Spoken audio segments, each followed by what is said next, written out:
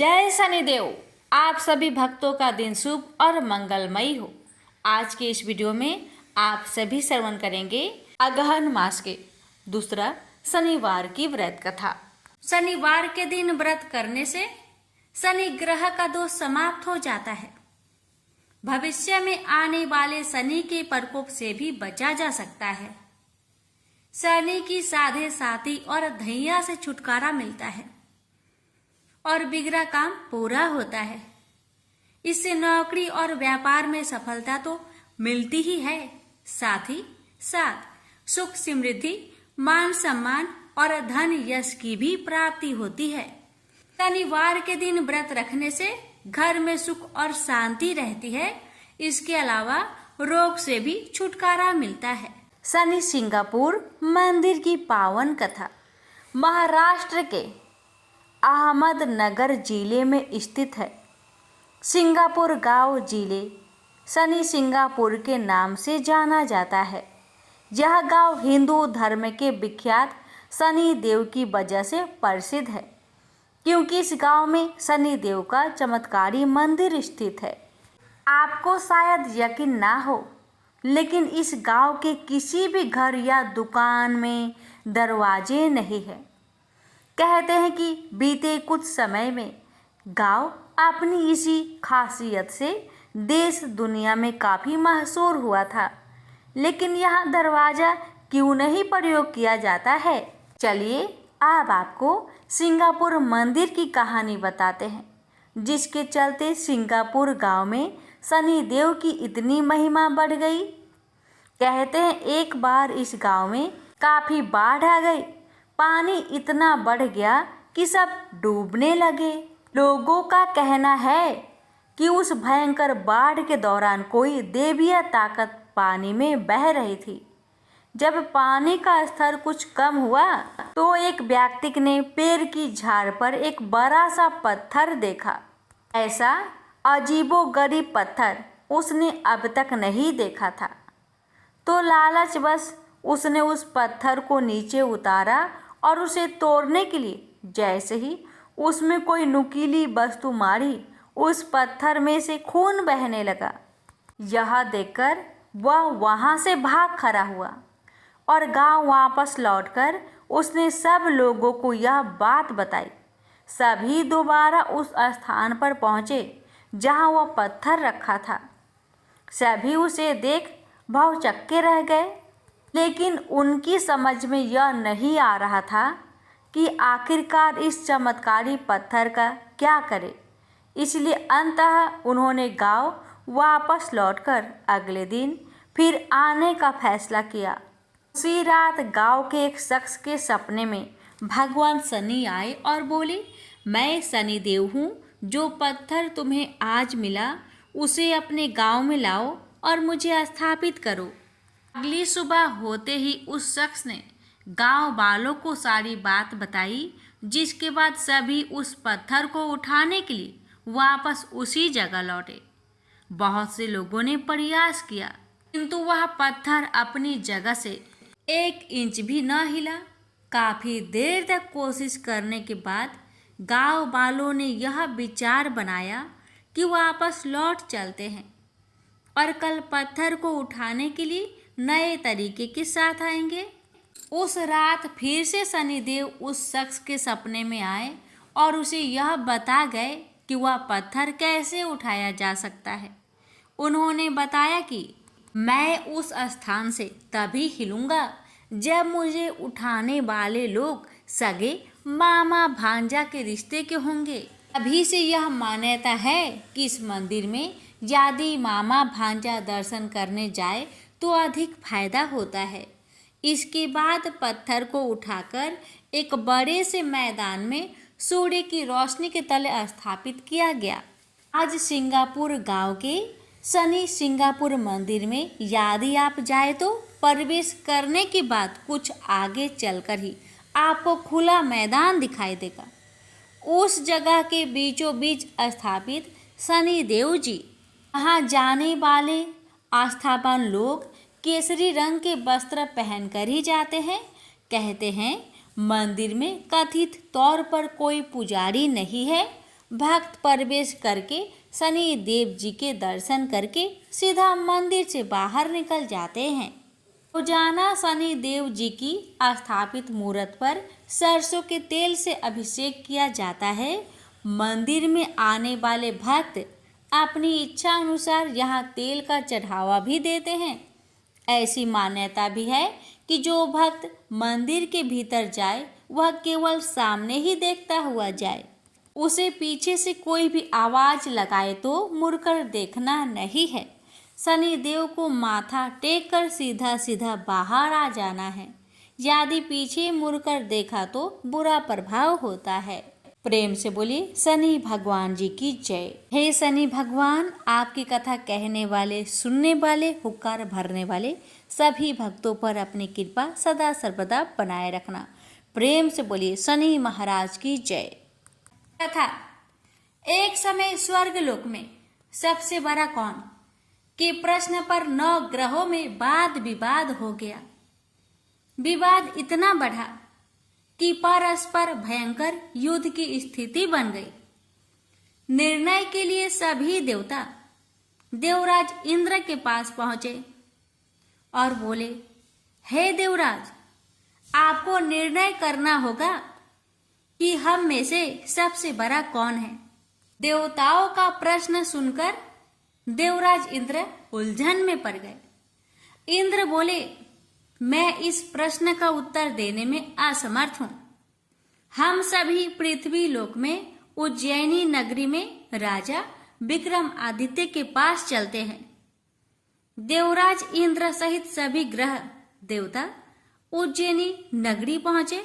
महल में पहुंचकर जब देवताओं ने उनसे अपना प्रश्न पूछा तो राजा विक्रमादित्य भी कुछ देर के लिए परेशान हो उठे, क्योंकि सभी देवता अपनी अपनी शक्तियों के कारण महान थे। किसी को भी छोटा या बड़ा कह देने से उनके क्रोध के प्रकोप से भयंकर हानि पहुंच सकती थी। अचानक राजा विक्रमादित्य को एक उपाय सूझा और उन्होंने विभिन्न धातुओं, स्वर्ण, रजत, चांदी, कांसा, ताम्र यानी तांबा, सीसा, रांगा, जस्ता, अभ्रक व लोहे के 9 आसन बनवाए। धातुओं के गुणों के अनुसार सभी आसनों को एक दूसरे के पीछे रखवाकर उन्होंने देवताओं को अपने अपने सिंहासन पर बैठने के लिए कहा।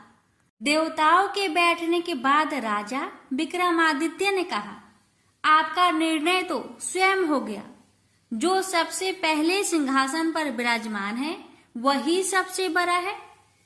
राजा विक्रमादित्य के निर्णय को सुनकर शनि देवता ने सबसे पीछे आसन पर बैठने के कारण अपने को छोटा जानकर क्रोधित होकर कहा, राजा विक्रमादित्य, तुमने मुझे सबसे पीछे बैठाकर मेरा अपमान किया है। तुम मेरी शक्तियों से परिचित नहीं हो।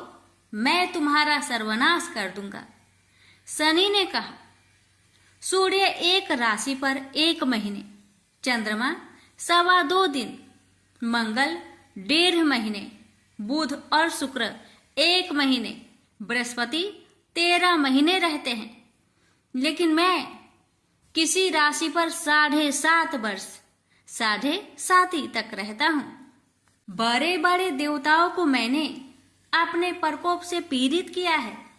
राम को 7.5 के कारण ही वन में जाकर रहना पड़ा और रावण को 7.5 के कारण ही युद्ध में मृत्यु का शिकार बनना पड़ा। राजा, तू भी मेरे प्रकोप से नहीं बच सकेगा। इसके बाद अन्य ग्रहों के देवता तो प्रसन्नता के साथ चले गए, परंतु शनिदेव बड़े क्रोध के साथ वहां से विदा हुए। राजा विक्रमादित्य पहले की तरह ही न्याय करते रहे। अन्य राज्यों में सभी स्त्री पुरुष बहुत आनंद से जीवन यापन कर रहे थे। कुछ दिन ऐसे ही बीत गए। उधर शनि देवता अपने अपमान को भूले नहीं थे। विक्रम आदित्य से बदला लेने के लिए एक दिन शनिदेव ने घोड़े के व्यापारी का रूप धारण किया और बहुत से घोड़े के साथ उज्जैनी नगरी पहुंचे राजा विक्रमादित्य ने राज्य में किसी घोड़े के व्यापारी की आने के समाचार सुना तो अपने अश्वपाल को कुछ घोड़े खरीदने के लिए भेजा। घोड़े बहुत कीमती थे।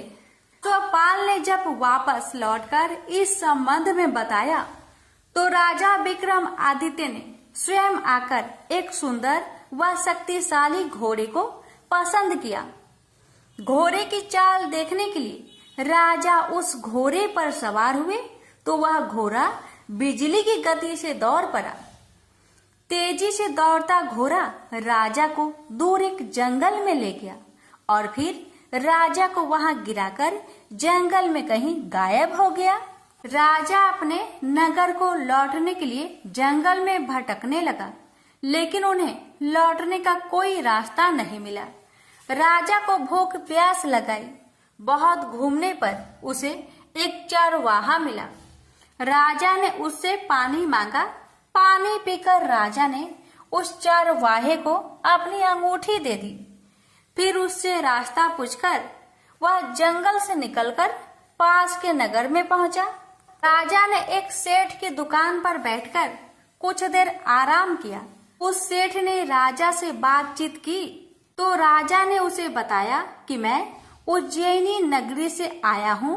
राजा के कुछ देर दुकान पर बैठने से सेठ जी की बहुत बिक्री हुई। सेठ ने राजा को बहुत भाग्यवान समझा और खुश होकर उसे अपने घर भोजन के लिए ले गया।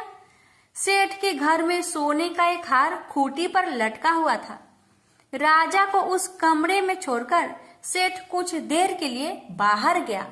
तभी एक आश्चर्यजनक घटना घटी। राजा के देखते देखते सोने के उस हार को खूंटी निकल गई। सेठ ने कमरे में लौटकर हार को गायब देखा तो चोरी का संदेह राजा पर ही किया, क्योंकि उस कमरे में राजा ही अकेला बैठा था। सेठ ने अपने नौकरों से कहा कि इस परदेशी को रस्सियों से बांधकर नगर के राजा के पास ले चलो। राजा ने विक्रमादित्य से हार के बारे में पूछा तो उसने बताया कि उसके देखते ही देखते खूंटी ने हार को निगल लिया था। इस पर राजा ने क्रोधित होकर चोरी करने के अपराध में विक्रमादित्य के हाथ पांव कटवाने का आदेश दे दिया। राजा विक्रमादित्य के हाथ पांव काटकर उसे नगर के सड़क पर छोड़ दिया गया। कुछ दिन बाद एक तेली उसे उठाकर अपने घर ले गया और उसे अपने कोल्हू पर बैठा दिया। राजा आवाज देकर बैलों को हाँकता रहता। इस तरह तेली का बैल चलता रहा और राजा को भोजन मिलता रहा। शनि के प्रकोप की 7.5 पूरी होने पर वर्षा ऋतु आरंभ हुई। राजा विक्रमादित्य एक रात मेघ मल्हार गा रहा था कि तभी नगर के राजा की लड़की राजकुमारी मोहिनी रथ पर सवार उस तेली के घर के पास से गुजरी।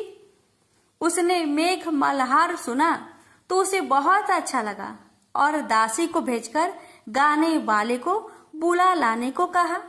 दासी ने लौटकर राजकुमारी को अपंग राजा के बारे में सब कुछ बता दिया। राजकुमारी उसके मेघ मल्हार से बहुत मोहित हुई, अतः उसने सब कुछ जानकर भी अपंग राजा से विवाह करने का निश्चय कर लिया। राजकुमारी ने अपने माता पिता से जब यह बात कही तो वे हैरान रह गए। रानी ने मोहिनी को समझाया, बेटी तेरे भाग्य में तो किसी राजा की रानी होना लिखा है, फिर तू उस अपंग से विवाह करके अपने पांव पर कुल्हाड़ी क्यों मार रही है। राजकुमारी ने अपनी जिद नहीं छोड़ी।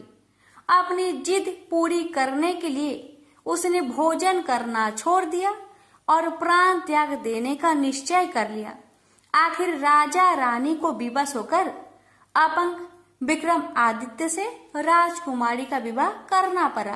विवाह के बाद राजा विक्रमादित्य और राजकुमारी तेली के घर में रहने लगे।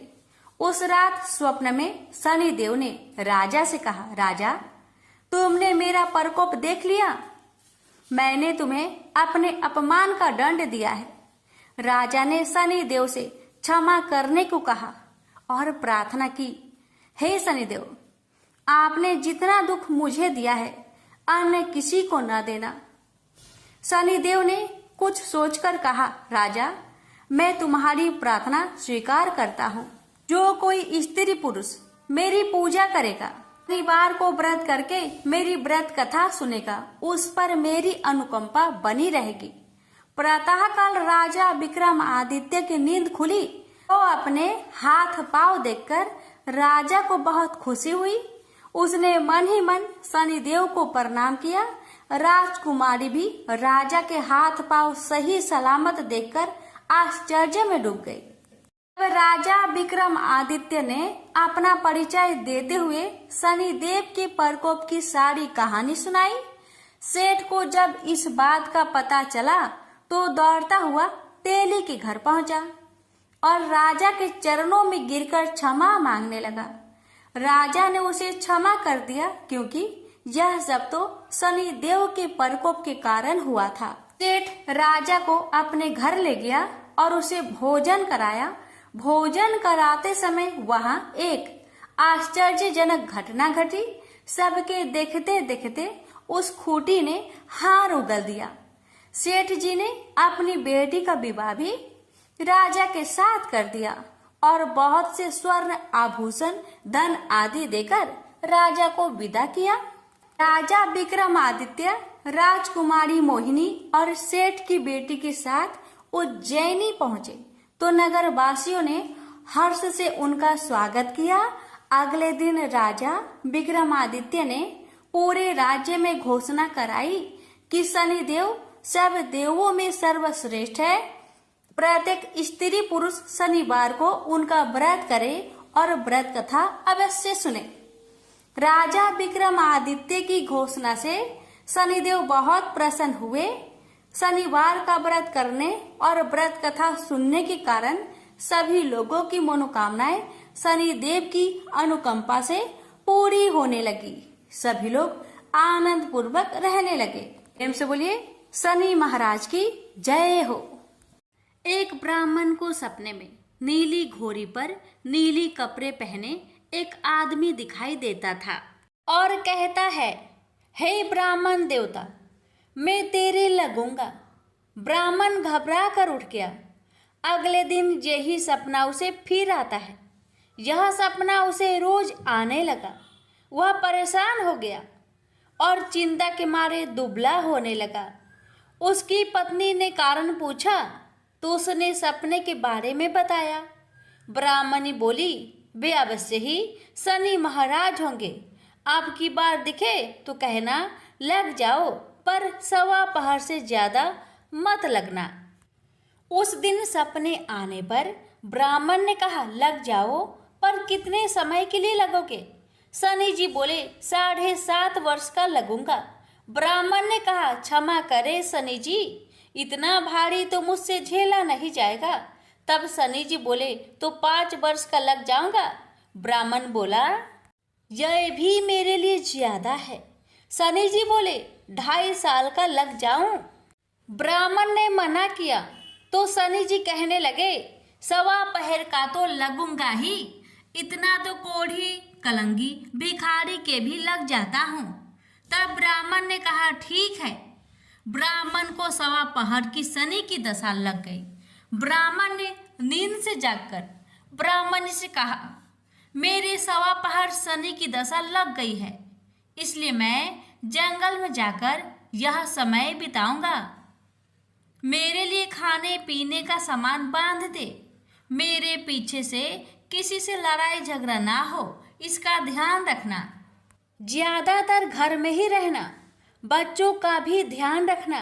इस सवा पहर के समय में कोई गाली भी दे तो चुपचाप सुन लेना, बहस मत करना। यह सब समझाकर ब्राह्मण जंगल में चला गया। जंगल में ब्राह्मण एक पीपल के पेड़ के नीचे बैठ गया और हनुमान जी का पाठ करने लगा। 1 पहर बीत गया। ब्राह्मण ने सोचा बाकी बचा समय रास्ते में बीत जाएगा, इसलिए वहां से चल दिया। रास्ते में एक बाड़ी में मतीरे लगे देखे। माली से एक मतीरा खरीदा, पोटली में बांधा और आगे बढ़ा। आगे एक आदमी मिला जो असल में शनिदेव थे। ब्राह्मण से पूछा, पोटली में क्या है? उसने कहा, मदिरा है। शनिदेव बोले, दिखाओ। ब्राह्मण ने पोटली खोली। उसमें राजकुमार का कटा हुआ खून से लथपथ सिर दिखा। शनिदेव ब्राह्मण को राजा के पास ले गए और कहा कि इस ब्राह्मण ने राजकुमार की हत्या कर दी है। इसके पास पोटली में राजकुमार का सिर है। राजा ने कहा, मैं यह नहीं देख सकता, इस ब्राह्मण को सूली पर चढ़ा दो। राजा के यहाँ हाहाकार मच गया। ब्राह्मण को सूली पर चढ़ाने से पहले पूछा गया कि उसकी कोई आखिरी इच्छा हो तो बताए। ब्राह्मण ने सोचा, किसी तरह 1.25 पहर पूरा करना होगा। उसने कहा, वहाँ रोज बालाजी की कथा सुनता है। मरने से पहले अंतिम बार बालाजी की कथा सुनना चाहता हूँ। ब्राह्मण को कथा सुनाने का प्रबंध किया गया। कथा कहते कहते 1.25 पहर पूरा हो गया। शनि की दशा टलते ही राजकुमार शिकार खेलकर लौटता हुआ दिखाई दिया।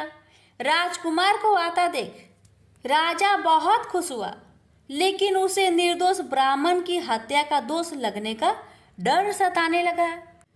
उसने तुरंत घोड़सवार सैनिकों को ब्राह्मण को आदर सहित ले आने के लिए भेजा। ब्राह्मण राज दरबार में आया तो राजा ने क्षमा मांगी और पोटली दिखाने के लिए कहा। पोटली खोली तो उसमें मदिरा था।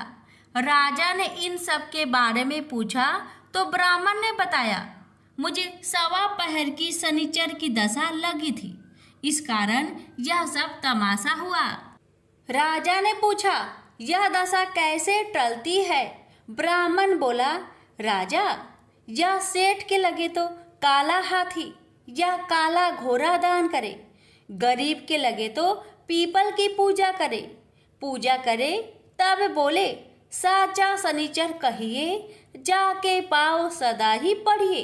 शनि की कहानी सुने, तिल का तेल और काला उड़द दान करे, काले कुत्ते को तेल से चुपर कर रोटी खिलाए तो शनिचर की दशा उतर जाती है।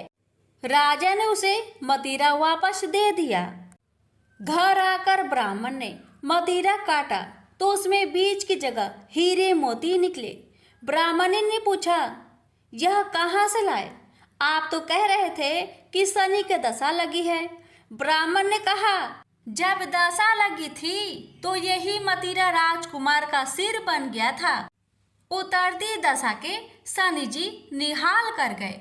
हे शनि देवता, जैसे ब्राह्मण के शनि की दशा लगी वैसे किसी को ना लगे।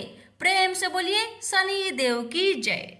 एक पौराणिक कथा के अनुसार एक बार शनिदेव भगवान शिव जी के पास कैलाश पहुंचे।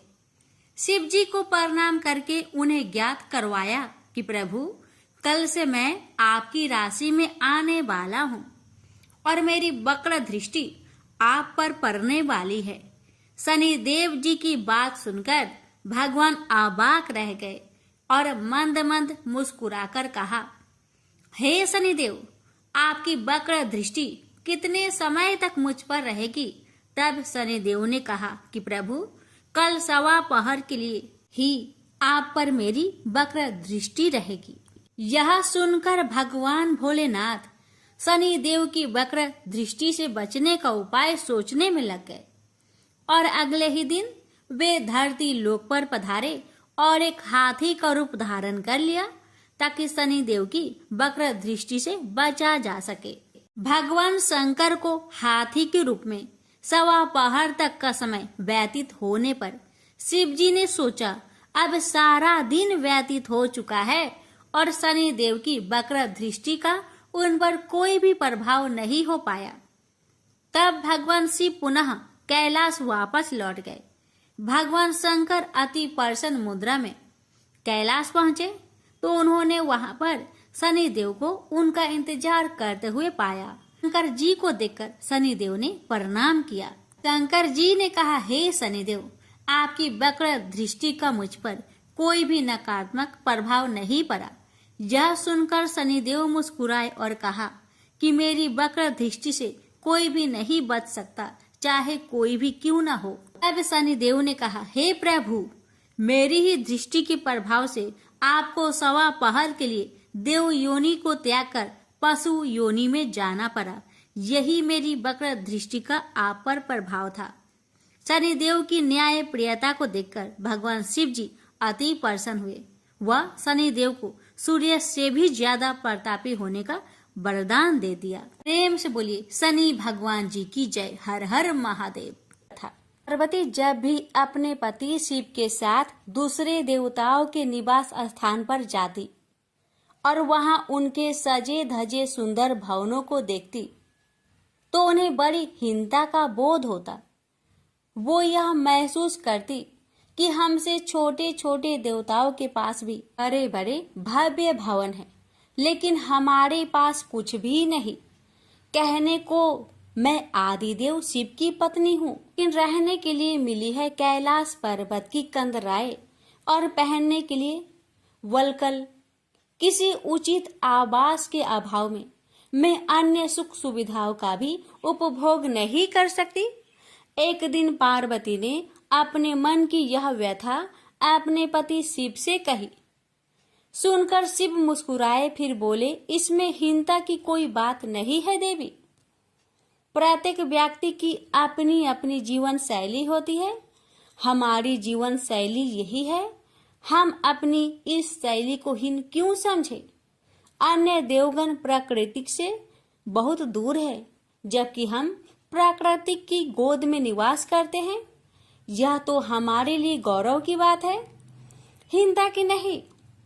शिव के तर्कों से पार्वती संतुष्ट नहीं हुई और बोली, मुझे आपकी ये बातें समझ में नहीं आती देव। मुझे तो अपना एक आवास चाहिए, बहुत ही भव्य और सुख सुविधा से पूर्ण। शिव ने अपनी सहज मुस्कान के साथ उत्तर दिया, इसमें क्या मुश्किल है देवी। मैं अभी विश्वकर्मा को बुलवा देता हूँ, उनसे जैसा चाहे वैसा आवास बनवा ले। विश्वकर्मा को बुलवाया गया। पार्वती ने आदेश दिया, हमारे लिए एक ऐसा भवन बनाओ जैसा विश्व में कहीं ना हो। विश्वकर्मा ने आदेश स्वीकार किया। निर्माण कार्य प्रारंभ हो गया। कुछ ही समय में पार्वती की इच्छा अनुसार भव्य भवन तैयार हो गया। अपने भवन को देखकर पार्वती अति प्रसन्न हुई। गृह प्रवेश की तैयारी होने लगी। पार्वती चाहती थी कि गृह प्रवेश के समय सभी प्रमुख देवता हमारे यहाँ उपस्थित रहे। शिव ने अपनी सहमति दे दी। सभी प्रमुख देवी देवताओं को आमंत्रण भेजा गया। गृह प्रवेश के समय वे सब कैलाश पर्वत पर आ गए। उन्होंने पार्वती के भव्य भवन की भूरी भूरी प्रशंसा की। इन विश्व नियंता ब्रह्मा खामोश रहे। जब सब देवी देवता जाने लगे तो पार्वती ने ब्रह्मा जी से पूछा, देव, क्या आपको यह आवास पसंद नहीं आया? ब्रह्मा जी ने आश्चर्य व्यक्त करते हुए पार्वती से ही प्रश्न किया, देवी, मैंने ऐसा कब कहा? आपके चेहरे की भाव भंगिमा कुछ ऐसा ही कह रही है प्रभु। पार्वती ने अपनी शंका स्पष्ट की। फिर ब्रह्मा जी को मौन देखकर पार्वती ने अपनी बात आगे बढ़ाई। देव, आप कुछ संकोच कर रहे हैं, स्पष्ट कहिए क्या बात है? ब्रह्मा जी ने तनिक रुककर उत्तर दिया, देवी, और तो सब ठीक है, लेकिन इस प्रसाद पर शनि की कुदृष्टि है। इतना कहकर वे वहां से चले गए। पार्वती ने ब्रह्मा जी की बात शिव को बतलाई तो वे भी कुछ चिंता में पड़ गए। पार्वती ने शिव से पूछा, प्रभु, शनि की दृष्टि से क्या हो सकता है? यह प्रसाद जल सकता है? शिव ने उत्तर दिया। यह सुनकर पार्वती भी चिंतित हो गई और बोली, प्रभु, इसके लिए कोई उपाय कीजिए। शिव ने निराशा व्यक्त की। शनि की दृष्टि को हटाना सरल नहीं है देवी। शिव का उत्तर सुनकर पार्वती आवेश में आ गई और बोली, सरल क्यों नहीं है? आप अभी शनि लोक जाइए और शनि से कहिए कि वह हमारे प्रसाद पर से अपनी कुदृष्टि हटा ले। यदि वह मान जाए तो आप तत्काल उसे वरदान दे दीजिएगा, और यदि ना माने तो आप अपना डमरू जोर से बजा दीजिएगा। मैं स्वयं अपने प्रसाद को आग लगा दूंगी। यदि प्रसाद को जलना ही है तो यह मेरे ही हाथों से जलेगा, शनि की कुदृष्टि से नहीं। इसके बाद मैं शनि को श्राप दूंगी। पार्वती की इच्छा अनुसार शिव शनि लोग गए। वहां शनि देव ने उनकी अभ्यर्थना की और आदर के साथ आसन पर बैठाया। आसन ग्रहण करने के बाद शिव ने अपने आने की प्रयोजन बताया। देवी पार्वती ने जो प्रसाद बनवाया है उस पर तुम्हारी कुदृष्टि है, अतः वे चाहती हैं कि तुम उधर से अपनी कुदृष्टि हटा लो। शनि देव ने करवध होकर निवेदन किया, आप निश्चिंत रहे देव, माता पार्वती के प्रसाद पर कुदृष्टि डालने का मैं दुस्साहस कर ही नहीं सकता। शनि से अवशासन पाकर शिव प्रसन्न हो गए और बोले, शनि मैं तुमसे प्रसन्न हूँ, तुम जो चाहे वर मांग सकते हो। शनि ने विनम्र भाव से कहा, प्रभु आपका दिया हुआ सब कुछ मेरे पास है, क्या मांगू? हाँ, एक इच्छा अवश्य है, वह है आपका तांडव नृत्य देखने की। बहुत दिन हो गए उसे देखे हुए, आपका नृत्य देखला सके तो कृपा होगी। शनि का यह अनुरोध शिव को अच्छा लगा। उन्होंने तत्काल अपना डमरू उठा लिया और लगे नृत्य करने। भोले भंडारी ये भी भूल गए कि माता पार्वती ने डमरू की आवाज सुनकर अपने नव निर्मित प्रसाद को जला देने की बात कही थी। बस डमरू बजा बजा कर वे नृत्य करते रहे। उधर पार्वती ने जब कैलाश पर डमरू की ध्वनि सुनी तो उन्होंने सोचा कि शनि ने अपनी कुदृष्टि हटाना अस्वीकार कर दिया है, अतः वे बहुत दुखी हुई। उन्हें लगा कि यदि मैं तत्काल अपने नव निर्मित आवास को आग लगा दूंगी तो वह शनि की कुदृष्टि से बच जाएगा। अतः उन्होंने स्वयं ही अपने प्रसाद में आग लगा दी। वह धू धू करके जल उठा। प्रसाद को जलता देख पार्वती का शनि पर क्रोध धीरे धीरे बढ़ने लगा और वे उसे श्राप देने के लिए तैयार हो गई। लेकिन उसी समय भगवान शिव वहां पहुंच गए। उन्होंने वहां प्रसाद को जलते देखा तो वे आश्चर्यचकित रह गए। उनकी समझ में ही नहीं आया कि यह कैसे हो गया। फिर अचानक उन्हें सब कुछ स्मरण हो आया। अपनी भूल का उन्हें एहसास हुआ। उन्होंने पार्वती जी को सब कुछ कह सुनाया।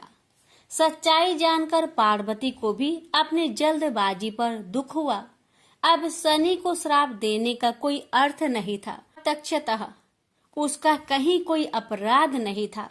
फिर भी पार्वती और शिव को यह लग रहा था कि यह सब हुआ शनि की कुदृष्टि से ही। लेकिन स्थिति को देखते हुए वे उसे दोषी नहीं ठहरा सकते थे। प्रेम से बोलिए हर हर महादेव। शनि महाराज की जय हो।